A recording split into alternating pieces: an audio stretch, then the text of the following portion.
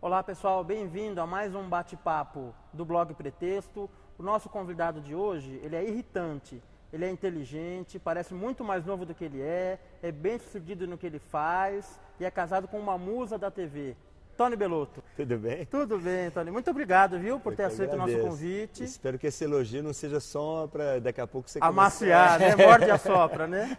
Você sempre foi Tony? Não. Eu virei Tony quando a gente começou com os Titãs, ali no comecinho dos anos 80. Porque a gente estava tendo a ideia de formar uma banda e tal, daí um dos integrantes dos Titãs originais, que era o Ciro Pessoa, falou, pô, Tony, olha que nome legal, Tony Bellotto. Eu falei, é legal mesmo, porque eu sou Antônio Carlos, né? E aí virei Tony. Aí virei Tony, até minha mãe me chama de Tony. Agora todo mundo. E você era o que antes? Antônio Carlos ou?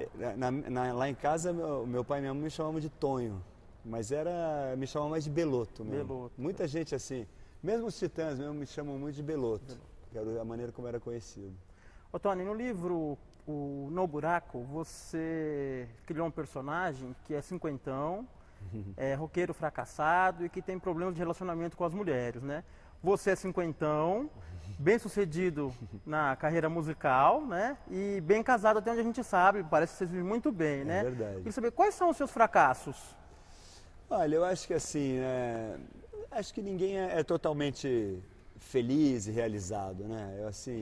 Eu realmente me considero bem sucedido profissionalmente, como você disse, tenho um casamento muito feliz, muito verdadeiro com a Malu e tudo isso, mas na minha cabeça ficcionista, eu gosto de imaginar às vezes o que seriam possibilidades minhas ao contrário, se nada disso tivesse dado certo. Eu acho que a cabeça de quem faz ficção, de quem escreve, é um pouco essa, né? Você fala assim, pô, tá tudo tão bem aqui, pô, o show tá cheio de gente, mas e se não tivesse?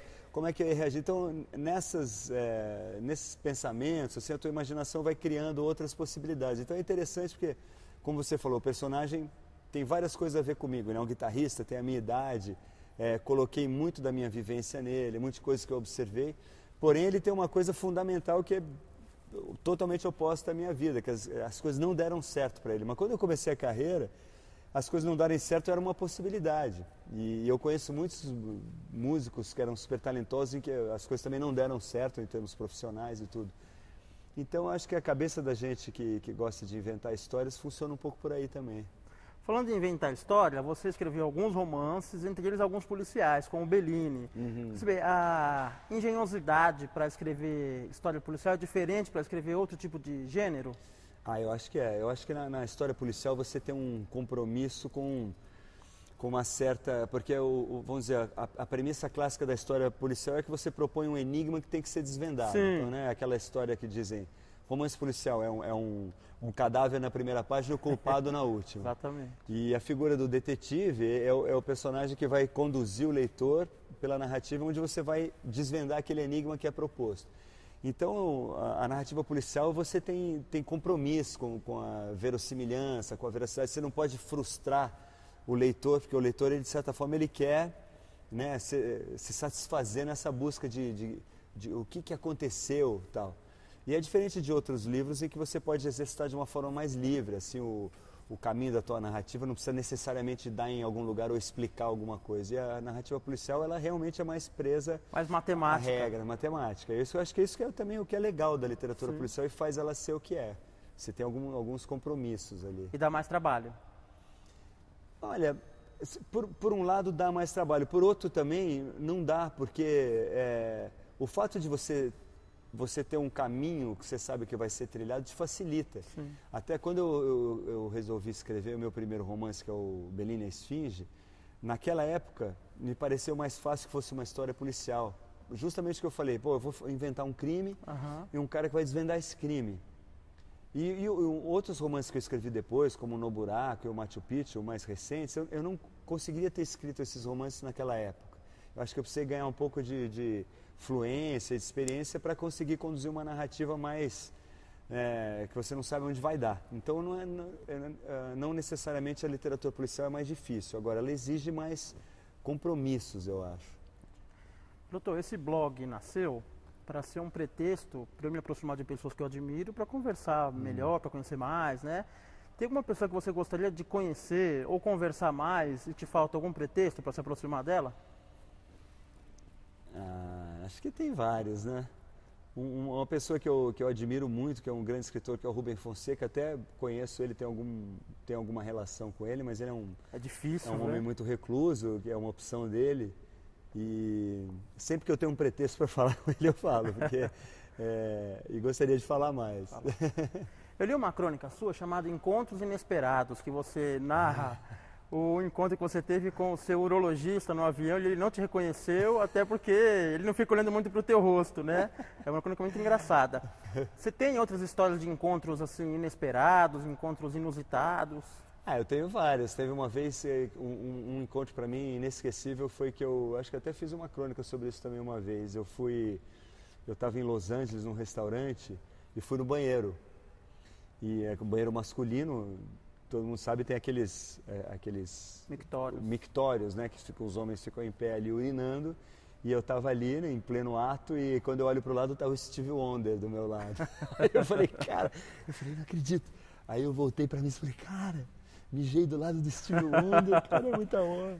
Que privilégio, né? Mas enfim, é uma história pitoresca. Sim, sim. O Tony, o Veríssimo, ele tem uma crônica que ele chama de Gigolô das Palavras, em que ele fala assim, a gramática tem que apanhar todo dia para ver quem é que manda. Como é que é a sua relação com a gramática? Assim, você se preocupa, você domina, porque você tem um programa na Futura, né? Futura, que fala sobre isso. O meu domínio, assim, ele é um pouco mais intuitivo, assim, eu sou um escritor formado na leitura, então, assim, muito do meu conhecimento de gramática é por ter lido. Então, às vezes eu sei como usar corretamente, mas não sei exatamente definir, explicar aquilo, né, assim... Não sabe a regra, não sabe que é daquele jeito. Eu sempre fui um aluno bom, assim, de português, de gramática, mas não cursei nenhum curso superior e tal. E sempre recebo muita ajuda dos revisores, das editoras, sempre encontro eventuais erros e tal. Você fala em crase aleatória em algum momento no seu texto? Crase é uma coisa que eu tenho dificuldade. Às vezes eu lembro que teve um livro que a Marta, que era minha editora na Companhia das Letras, falou assim, pô, você tá cheio de crase errada, você tem que, tipo, estudar um pouco. Eu falei, acho que eu perdi essa aula. Mas às vezes é uma coisa interessante até que, às vezes eu tenho dúvida numa questão gramatical, eu construo a frase de outro jeito que não me deixa em dúvida. Entendi. Mas aí teve um... Sei lá, às vezes eu recorro a algumas gramáticas e tal, mas meu conhecimento é mais intuitivo, assim, e de ler muito. Eu não sei quem, mas um autor dos nossos bons, ele fala que a crase foi criada para humilhar a pessoa, né? E eu acho que às vezes ele está certo, né? E tem o Kurt Vonnegut Jr., o escritor americano, que também fala assim, alguém, por favor, me explique qual a função do ponto e vírgula. Exatamente, teve uma crônica que eu li sua, aliás, eu passei mais tempo com você esses dias do que a Malumada, viu? Porque eu estou acompanhando, lendo, né? E você se despedindo de duas pessoas que trabalhavam com você na editora, e você falou assim, quem vai me consolar quando sair alguma crítica vai falar, não, mas é inveja porque você é um músico casado com uma gata, né? Eu queria saber o seguinte, teve alguma crítica ao seu trabalho, em especial de literatura, que ajudou no seu trabalho? Sim, algumas. Eu acho que, é claro, assim, é interessante que você guarda muito mais a crítica negativa do que a positiva, né? Então, porque aquilo de alguma forma te desafia, te pega em algum ponto. E claro que tem críticas que você não concorda com o que aquela crítica está dizendo, mas algumas, apesar de ser difícil, às vezes você tem que concordar que tem um fundo de verdade. Eu acho que eu sou um cara muito aberto nesse sentido de ouvir crítica, de estar aberto a ouvir a opinião do editor.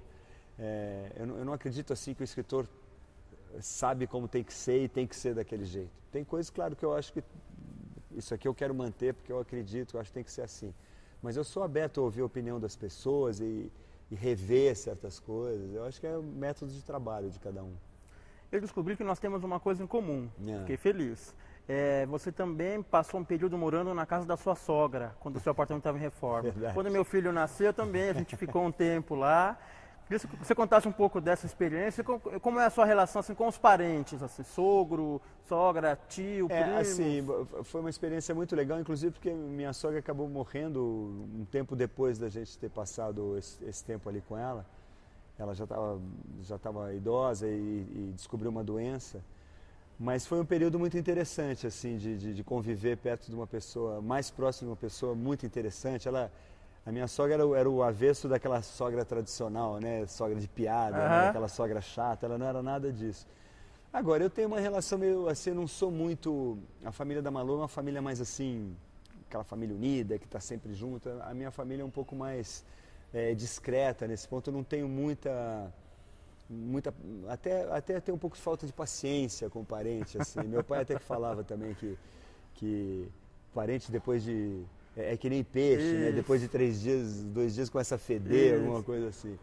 Mas é que eu sou um cara que prezo muito assim a privacidade, sou um cara até um pouco chato nesse sentido.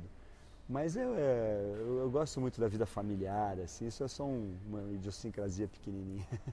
Estereótipo de roqueiro, em geral, é assim, é um cara mais agressivo, mais rebelde, que não cuida muito da saúde, e assim, você é um cara educado, parece um cara dócil, né? Tá em forma. Queria saber o seguinte, você tem algum estereótipo de algum grupo de pessoas que você acha, assim, que você tem uma imagem, mas você acha que era bom repensar, que não é bem assim? Eu acho, o tempo me ensinou que eu acho que imagens estereotipadas geralmente não são verdadeiras, né? Que ninguém é só aquilo. Só aquilo, né? Esse exemplo que você deu é bom, assim, até no começo da carreira, claro, com a juventude você tem um certo direito a ficar um pouco mais... né, desligado, desleixado, que as coisas andam sozinhas. Mas aí com o tempo, você mantendo esse pique de fazer show e tal, se você não se cuida, você não aguenta aquilo. Então realmente a maturidade assim me mostrou que geralmente o estereótipo ele é falso, ele é um estereótipo só. Outro texto que eu li seu, você fala sobre a saudade de ser invisível, que você... É muito interessante, você fala assim do lado guitarrista e do lado escritor, né? O guitarrista quer a popularidade, o reconhecimento, e o escritor quer passar meio assim, incólume, não quer despercebido. Você acha que passar despercebido é um privilégio que você não vai ter mais? Acho que não, porque eu hoje mesmo fazendo essa mesa com o Marçal Aquino, por exemplo, tem um momento que ele falou que ele gosta de ficar quieto observando a maneira que as pessoas falam como um laboratório de escritor mesmo. Isso realmente cada vez fica mais difícil para mim, porque eu acabo sendo reconhecido, então a naturalidade que a pessoa já se quebra ali. Então é uma coisa que eu tenho que abrir mão mesmo dessa capacidade do escritor estar meio incógnito ali num grupo de pessoas, porque alguém acaba... Ou reconhece que eu sou dos Titãs, ou fala, o marido da Malu Mader, ou não sei o quê, aí quer tirar foto. Mas por outro lado, é como você falou, nessa minha profissão de guitarrista e tal, se eu não estiver sendo reconhecido é que as coisas não estão bem, né? Então, eu tenho que aprender a conviver e já aprendi com essa contradição aí. Próxima pergunta é você quem vai escolher, tá? Tenho 3 tipos aqui. A primeira é uma pergunta a queima-roupa, pergunta indiscreta ou pergunta para eu parecer inteligente. Você escolhe, qual que você quer que eu faça? Vou fazer só uma, queima-roupa? Vamos lá. Indiscreta? Agora é a hora que eu vou cobrar o elogio, tá? Que eu fiz no começo. Eu já senti. Qual a última mentira que você contou? Devo ter contado uma mentira ali na mesa literária. Talvez, eu não sei te dizer exatamente, mas a gente acaba mentindo um pouco, principalmente quando nessa questão do escritor, você às vezes vai explicar uma coisa. Hoje mesmo, por exemplo, quando eu estava explicando como eu criei o nome do Bellini, eu não estava mentindo, mas é que na verdade existem algumas sutilezas que se eu for contar essa história daqui a 6 meses numa outra mesa literária, talvez saia um pouco diferente. Um pouquinho. A última, para a gente encerrar. Se tiver, qual é o defeito da Malu Mader? Ou qual o maior defeito dela? Cara, eu estou procurando há anos, não encontrei ainda. Para mim, a Malu é a mulher perfeita. Que elogio, hein? Tony, a gente se vê de novo quando o Bellini voltar? E vai ser logo, então. Vai ser logo, então a gente se vê em breve. Brevemente nos reveremos com muito prazer. Gostei muito. Muito obrigado, viu, pela simpatia, pela disponibilidade. Eu que agradeço. E obrigado a você, e a gente em breve volta com mais um bate-papo no Blog Pretexto. Até mais.